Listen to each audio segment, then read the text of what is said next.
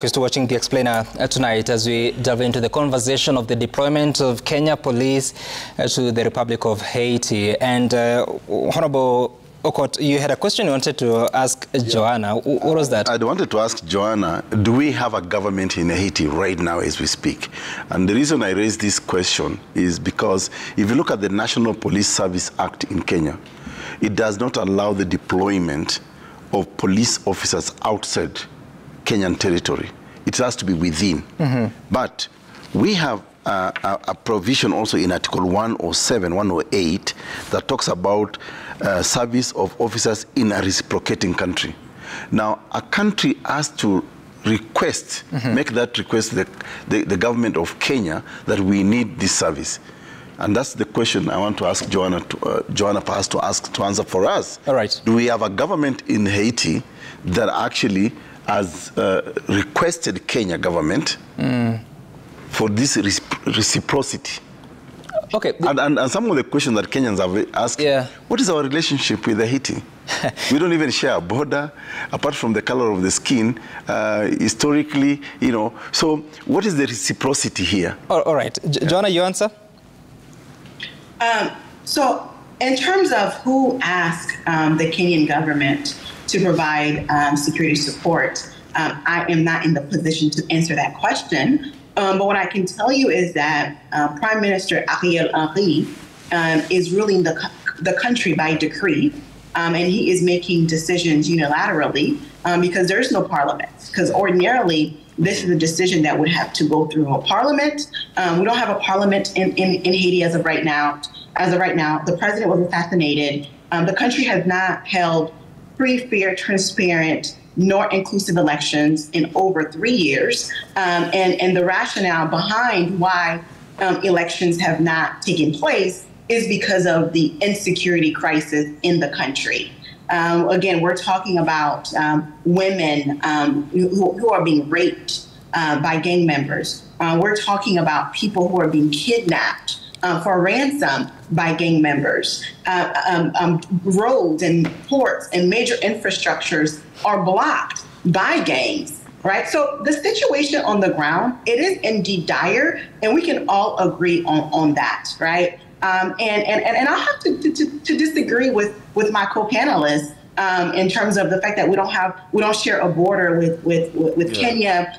So what's in it for Kenya? But I think when you think of the notion of Pan-Africanism, right, Black unity, I think that it is not a bad thing that Kenya has stepped up and said, I will help the people of Haiti. Now, the concern is by many in Haiti, as well as in diaspora, is what will this look like? What are the parameters? How will this be properly executed? And are we going to truly address the root cause of the issue? Because if we're not addressing the root cause of the issue, Kenya's efforts will be in vain. That's just the reality. So if you say that no parliament, no elected leader, what authority does Prime Minister Ariel Henry carry? How did he get to that position? And that's the question, and that's why the diaspora does not support this. You know, many of the human rights groups don't support this because they don't believe he even has the legitimacy to be engaged with other nations on behalf of the Republic of Haiti and its people. Okay. Mheshimiwa Koech, there is a fundamental question, and I hope just hold on. I hope Joanna can still come back to explain. Yes, she will. She will, and I'll give an opportunity. Kenya goes into Haiti right now. Who are we dealing with? Who are we talking to? Okay, just hold it. Honorable Koech, because now this is a question about the law, and I remember we were talking about this earlier. So, is there any space of giving authority to the Kenya police to go to the Republic of Haiti, or is it up to the United Nations Security Council to decide and the president to agree? Just to help first, Johanna, before I come to your question, is that the president of Haiti was assassinated in 2021, and immediately after that, the prime minister took over as on an interim basis, and it is on 2021 October that the Prime Minister stepped forward and requested for support because of the gangs that had taken control of the capital city, including most strategic state resources. Does it bother you that he has no legitimacy in terms of the institutions that put him there? It bothers me. That's why there is an urgency. There's a sense of urgency to have our police officers deployed there, so there is security and order. Part of this thing, if you read today's resolution from the United Nations Assembly, part of it is to restore order in the capital city, and number two, to make sure that the country returns back to normalcy. So this is why there's a lot of sense of urgency at this point. So on whether there's legitimacy or not, I think the Prime Minister of the country... You know, when you say return to the normalcy, that might be contentious, because what's normal in Haiti, really? But tell me about the decision. Does Parliament have to say anything, or the people's representatives on this, or the United Nations Security Council is enough? Parliament, the Kenyan Parliament has to say something about this. How so? It is deployment of, and that is why even I'm here as a capacity of the Chair, Defense and Foreign Relations, because it involves moving our officers out of the country. So, I mean, there are so many things that will happen. How officers are going to be outside, who is going to resource them, what will be their insurance, what happens in an event of an insecurity. And that is why I'm told by my colleague from the Committee on Interior that Cabinet Secretary Professor Kindik will be appearing before the committee next week on Thursday, because looking at the Constitution, and Article 240 of the Constitution, it seems to expressly define the Kenya Defense Forces, the only forces that can be deployed outside the country. And reading it with Article 108 of the National Police Service Act, again, there's a bit of an ambiguity on this deployment, which I think should be cleared by Parliament. But this is purely administrative, more than what the intention is to the people of Haiti. It is a huge concern, Sam. And I also want to correct Dr. Uru Koech that we have, I don't know why Kenyans sometimes feel very low of our police officers. You know, these are police officers that have before contained gangs. We've contained Mungiki, we've contained Kamjesh, we've contained Sungu, and all the other gangs that we've had in this country. Our officers, the police officers, have been deployed within our borders. We have our police officers now training the police of Somalia. We have police officers who train Southern Sudan police officers. I was here yesterday and I told you our own Deputy IG Gabo has participated in not one of these missions. He's participated in Kosovo, he's participated in Estimo, he's participated in Liberia, and I see absolutely no reason why we should not have our police officers to restore peace in Haiti. So when... also say, like, I also want to back up what Johanna said about what Dr. Uru Koech said, that we share no boundaries with Haiti. My name is Ekuru. Ekuru Eukot. Let me use Daktari. It's okay, Honorable Koech, just carry on. Or simply... And I've been around for some time, so you should know my name. Or simply Mr. President. Okay? Carry on. So it's extremely unfair to look at it very simple as if we're the only people that we can help in terms of such situations are the people that we share boundaries. So when do they leave, the police officers? Today, I mean, the resolution gave them 9 months as a trial. I mean, it's going to run for 1 year. But within these 9 months, I'm sure now the police... Some have a very burning question. Maybe Joanna can also answer. First of all, tell me, based on what you're reading of the law, to deploy the police to Haiti, what do we require? Because for Kenya Defense Forces, it's clear what is supposed to happen. For the police? The Constitution at Chapter 14, National Security, does not envisage a situation where we can actually deploy the Kenya police outside Kenya. If you look at Section 107, of the National Police Service Act, it is actually discretionary. It says it may, but on request from a reciprocating government. And that's where the legality is. So what is this reciprocating government? And I still ask a fundamental question. So if we go into Haiti today, who are we going to converse with? Who are we going to talk to? Because there is lack of clarity even in the UN security resolution. Is this a UN peacekeeping mission?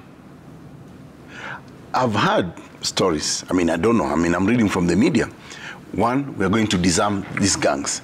You know? So what really is it that we are going to do in Haiti? And maybe this is how Joanna can come in. Okay. Yeah. So I mean, what exactly are we actually going to do in Haiti? Because the law in Kenya does not allow the deployment of police officers outside, because there has to be a request from a reciprocating country. Right now, we don't have a reciprocating government. Actually, no, not reciprocating country, but government. That's the language in the National Police Service Act. And Joanna, so are we meeting the legal test? All right. Oh, of course, that's a local issue to decide. No, but Joanna, it's not local, because you see, the UN has passed a resolution, but it also has to comply with the laws of the Republic of Kenya. And we, as the people of Kenya, demand of our representative legislators to be able to give us a proper account. What is it that actually we are going to do in Haiti? Okay. And if we are going to go into Haiti, are we going into... I feel that we are actually going into war with these gangs. I wish it would be a peacekeeping mission to restore order and normalcy in Haiti, but then we have to identify the parties. Who are the parties that we're actually going to talk to? I've worked in about 2 countries on peacekeeping mission with the UN, and normally you identify who actually are the players. All right. You know, in that particular country, and you engage them. Okay, all right. So in this particular case, are we engaging the gangs? You've raised a couple of questions. Joanna, as you respond to them, as a foreign policy expert, how does this position Kenya, because you are told that it's going to improve how we look in the global space? Yeah, I think that this is a great opportunity for Kenya, again, to continue to show its Pan-Africanism spirit. I've been watching President Ruto since he's been elected, and President Ruto, what made me a little bit at ease with this potential intervention is the fact that he understands the role that neocolonialism and imperialism have played in the underdevelopment of countries, not just Haiti, but countries across the African continent. So having a president with that kind of mindset going into a country like Haiti with the history that it has, being the first Black independent country in the world, right? And understanding the plight of the Haitian people as a result of its audacity to gain its independence from a superpower, France. I think there are opportunities for Kenya to maintain its presence on the global stage as an African country that is there to support other African nations when they are in need. Okay. Haiti, yes, we are in the Caribbean, but we're African people. Haitians were brought to Haiti from Africa through the transatlantic slave trade, right? The vast majority of us came from, obviously, West Africa, Benin, Togo, Ghana, Nigeria, and so on. But at the end of the day, we're all Africans. And I think that we always talk about Africans solving African problems, or Africans providing solutions to African problems. I think this is a great opportunity. But I just hope that President Ruto and his team are equipped with people who understand the complexity of Haitian politics, right? Because Haiti is one of the most complicated countries I have ever worked for. And I had the pleasure of serving 3 different Haitian ambassadors to the United States, where my job was to advance the interests of the state of Haiti before the Congress, the White House, the State Department, and various financial institutions. And then when I left that position, I went to Congress, and my job as a senior staffer was to strengthen bilateral and trade relations between the Republic of Haiti and the United States, among other portfolios that I had. So it is incredibly important for President Ruto and his team to have people on his side beyond the information he will be provided with by the United States, by other partners, to support, to ensure that this is actually a positive mission, and it is indeed successful, and it brings about order into the country, because it is paramount. Because if this is indeed successful, what's going to happen next is the organization of free, fair, transparent, inclusive, and transparent elections in the Republic of Haiti, which has never which has not happened for years. Okay. So Kenya will get a lot of credit for this, and it is not a small task. And I wish the people of Kenya and I wish President Ruto and his team much success. I know the Kenyan people are capable of assisting the Haitian people in bringing about order and security into the country, but it is pivotal that President Ruto and his team go to the root cause of the problem, because it is not as simplistic as it appears to be. There are certain steps that must be taken by the United States government. The Department of Defense, the Pentagon, has agreed that these weapons come from the United States.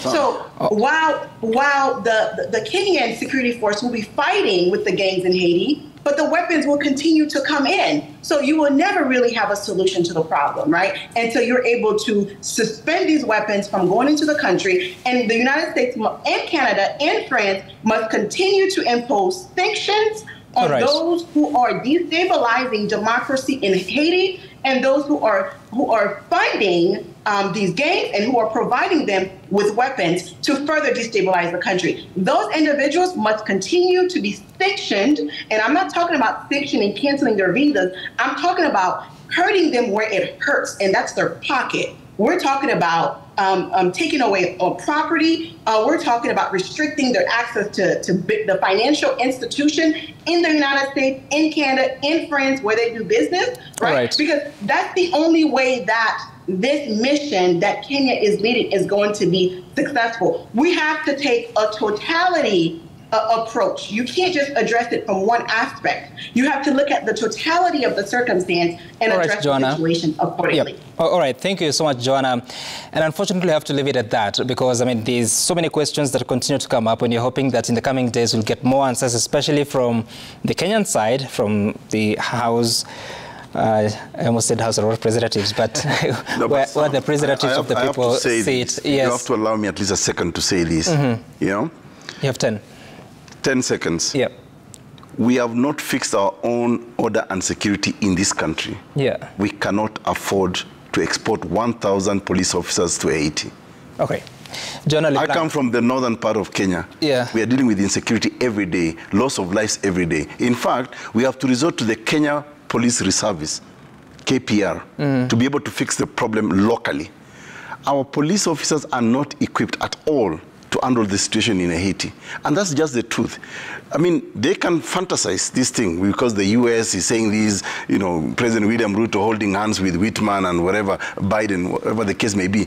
But the truth for the matter is, in Kenya, we have a local situation to fix. Okay. We cannot afford to send 1,000 police officers to Haiti. After all, even the ratio, police vis-a-vis the public, is below bar. Okay. All right. I have to allow you now also 20 seconds to close if you have anything to add. I have to say that this is perfectly okay. Our police officers in Kenya are well trained. I am certain, I'm extremely confident that we will come out of Haiti successful and peace will have been restored in parts of Haiti.